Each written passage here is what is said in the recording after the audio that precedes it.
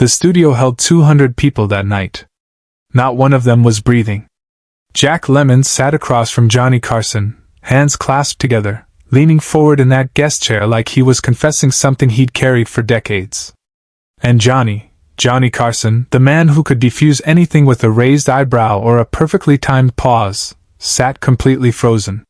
His mouth was open. His hand was still mid-gesture from whatever joke he'd been setting up 30 seconds earlier. The band had gone silent. Doc Severinsen held his trumpet at his side, staring. Ed McMahon, off camera, wasn't laughing. He was watching.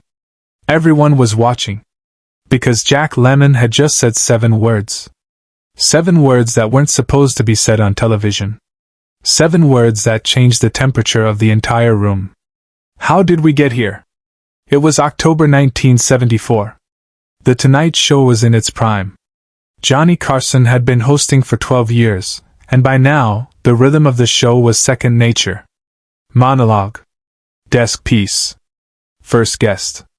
Second guest. Maybe a stand-up comic to close. The format was a machine, and Johnny was the engine. That night, Jack Lemmon was scheduled as the lead guest. He was there to promote a new film, something light, something forgettable. The pre-interview had gone smoothly. The producers had their notes. Everything was lined up. But something was different about Jack that night. The makeup artist noticed it first. His hands were shaking slightly when she powdered his forehead. He kept checking his jacket pocket, like he was making sure something was still there. When the stage manager asked if he was ready, Jack just nodded. He didn't smile. He didn't crack a joke. He just nodded. Johnny opened the show the way he always did. Smooth. Confident. The monologue killed. The audience loved him. He sat down at the desk, shuffled his cue cards, and gave Ed that look, the one that said, "We've got a good show tonight." Ed grinned back. Doc hit a light riff on the trumpet. The curtain pulled back, and Jack Lemmon walked out to applause. The first few minutes were exactly what you'd expect. Johnny asked about the film. Jack answered. There were laughs. There was banter.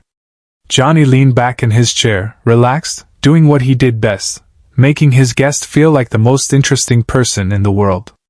But about 6 minutes in, something shifted. Jack went quiet. Not the kind of quiet that comes from forgetting a line. The kind of quiet that comes from deciding whether or not to say something that can't be unsaid. Johnny noticed immediately. He leaned forward slightly, his eyes narrowing just a fraction. "Jack?" he said. His voice was gentle. Curious. Not pushing. Just asking. Jack looked down at his hands. Then he looked up at Johnny. And he said, "I need to tell you something." The band didn't play. The audience didn't react. Because they could feel it.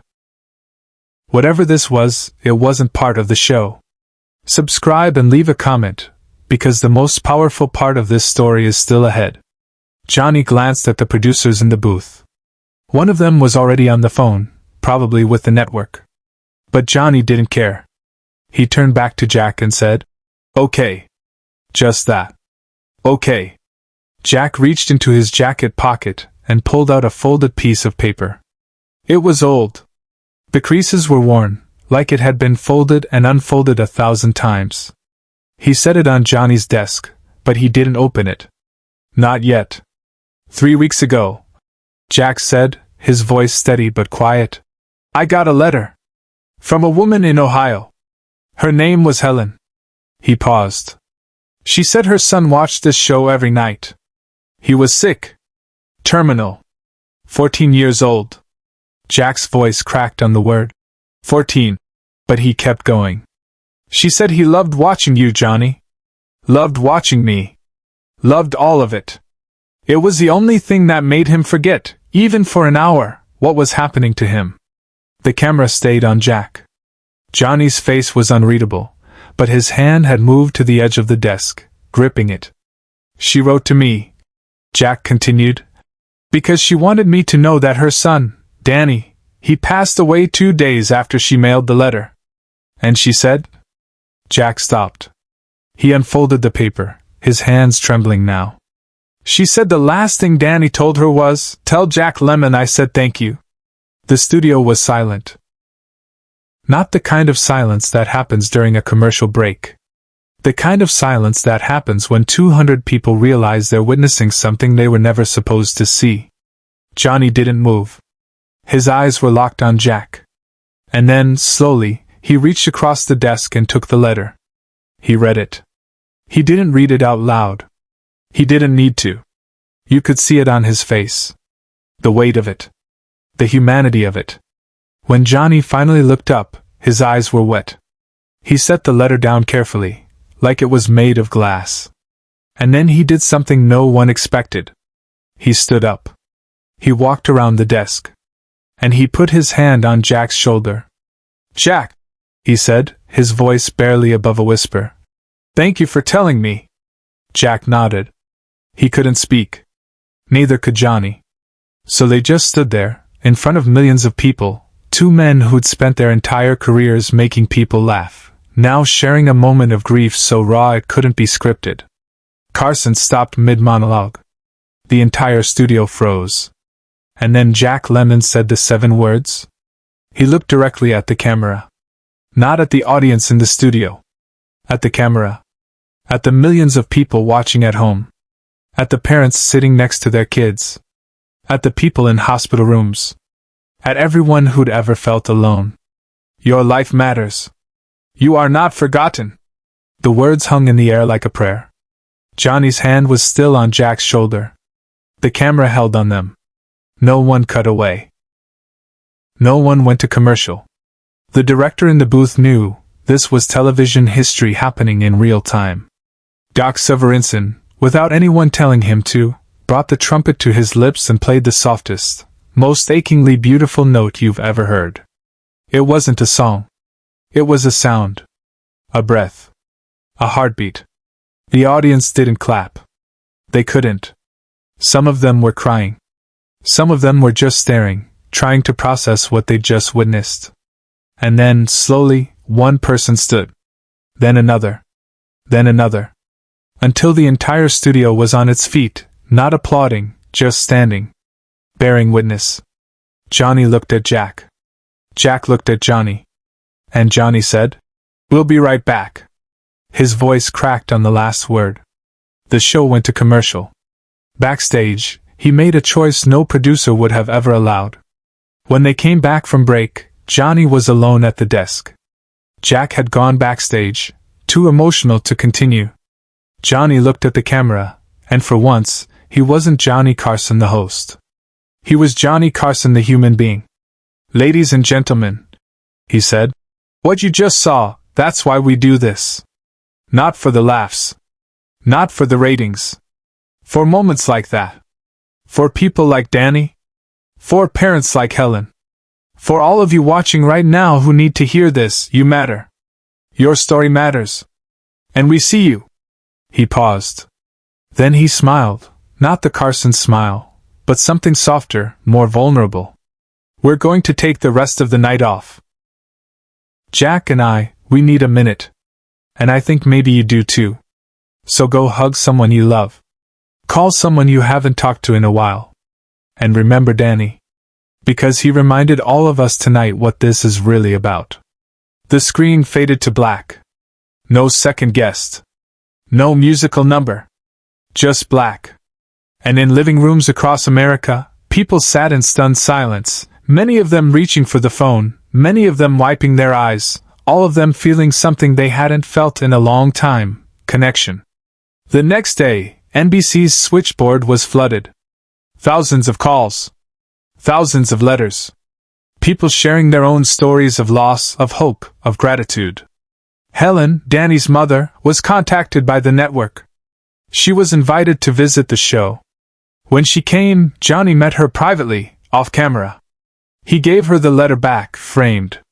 And he gave her something else, a handwritten note from Jack Lemmon, thanking her for sharing Danny's story, and a personal check made out to a children's hospital in Danny's name.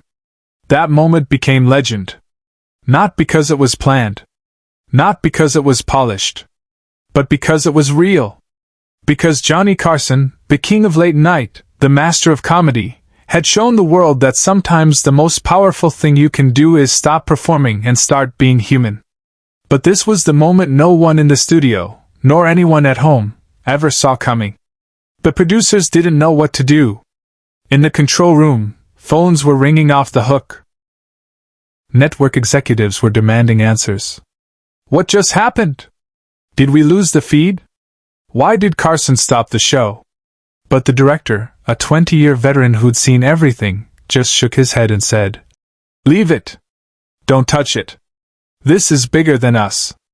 In living rooms across America, families who'd been half watching while doing dishes or folding laundry suddenly stopped.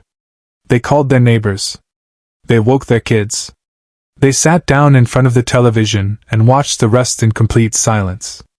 Phone lines lit up, not to complain, but to thank the network for not cutting away. For letting the moment breathe. For treating them like adults who could handle something real. Years later, after Johnny retired, he was asked in a rare interview about the moments that defined his career. He talked about the big guests, the presidents, the movie stars, the once-in-a-lifetime performances. But when the interviewer asked, "What's the one moment you'll never forget?" Johnny didn't hesitate. "Jack Lemmon," he said. "October 1974. The night we stopped being a show and became something else." The letter from Helen stayed in Johnny's desk drawer for the rest of his life. He never showed it to anyone else. But people close to him said that sometimes, late at night in his office, they'd see him take it out and read it. Just to remember. Just to stay grounded. Jack Lemmon, for his part, never spoke about that night publicly again. But in his autobiography, published years later, he wrote, "Johnny gave me permission to be vulnerable. And in doing so, he gave millions of people permission to feel. That's not entertainment. That's ministry." The Tonight Show continued. The laughs came back. The guests rotated. The machine kept running. But everyone who worked on that show, everyone who was there that night, carried something with them. A reminder that television, at its best, isn't about escapism. It's about connection. It's about seeing yourself in someone else's pain and knowing you're not alone. Danny's story didn't end that night. It echoed. It rippled. Hospitals across the country reported an uptick in volunteer sign-ups. Children's charities saw donations spike. And in living rooms, in quiet moments, parents held their kids a little tighter. Because Jack Lemmon had reminded them, your life matters. You are not forgotten. Share and subscribe. Make sure this story is never forgotten. Johnny Carson passed away in 2005. At his memorial, Jack Lemmon's widow read a letter Jack had written before his own death. In it, he thanked Johnny for that night. For giving him the space to be honest. For not cutting away. For not making it about the show. "You taught me," Jack wrote, "that the best performances aren't performances at all. They're truth." The Tonight Show set was dismantled years ago. The desk was donated to a museum. The curtains were archived. But somewhere, in a storage facility in Burbank, there's a reel of tape labeled October 1974 Lemmon. It's never been released. NBC has kept it private, out of respect for Helen and Danny's family. But those who've seen it say the same thing. It's the most powerful moment in television history. Not because of what was said, but because of what was felt. Television has changed. The format has evolved. Late night looks different now. But every host who's ever sat behind that desk, Letterman, Leno, Fallon, Colbert, Kimmel, they all know the story. They all know about the night Johnny stopped the show. And they all carry it with them. Because it's a reminder, the desk, the lights, the cameras, they're just tools. The real power is in the connection. The real magic is in the moment when you stop trying to entertain and start trying to understand. Danny never got to grow up. He never got to see what his story became. But his mother did. And years later, when Helen was asked what she wanted people to remember about her son, she said, "That he mattered. That his life, as short as it was, had meaning. And that two men on television, men he admired, took the time to honor him." That's all any parent could ever ask for. The letter still exists. It's framed now in Helen's home, next to a photo of Danny watching The Tonight Show, laughing at one of Johnny's jokes. And beneath it, in small letters, a plaque reads, "Your life matters. You are not forgotten."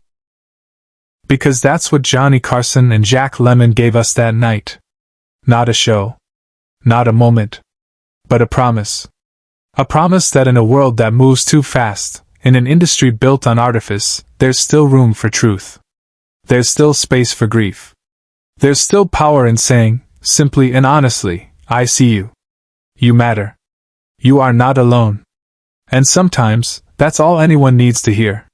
That night, Johnny Carson didn't just host a show. He held space for grief. He made room for love. And he proved that the most powerful thing you can do on television isn't make people laugh. It's make them feel human again.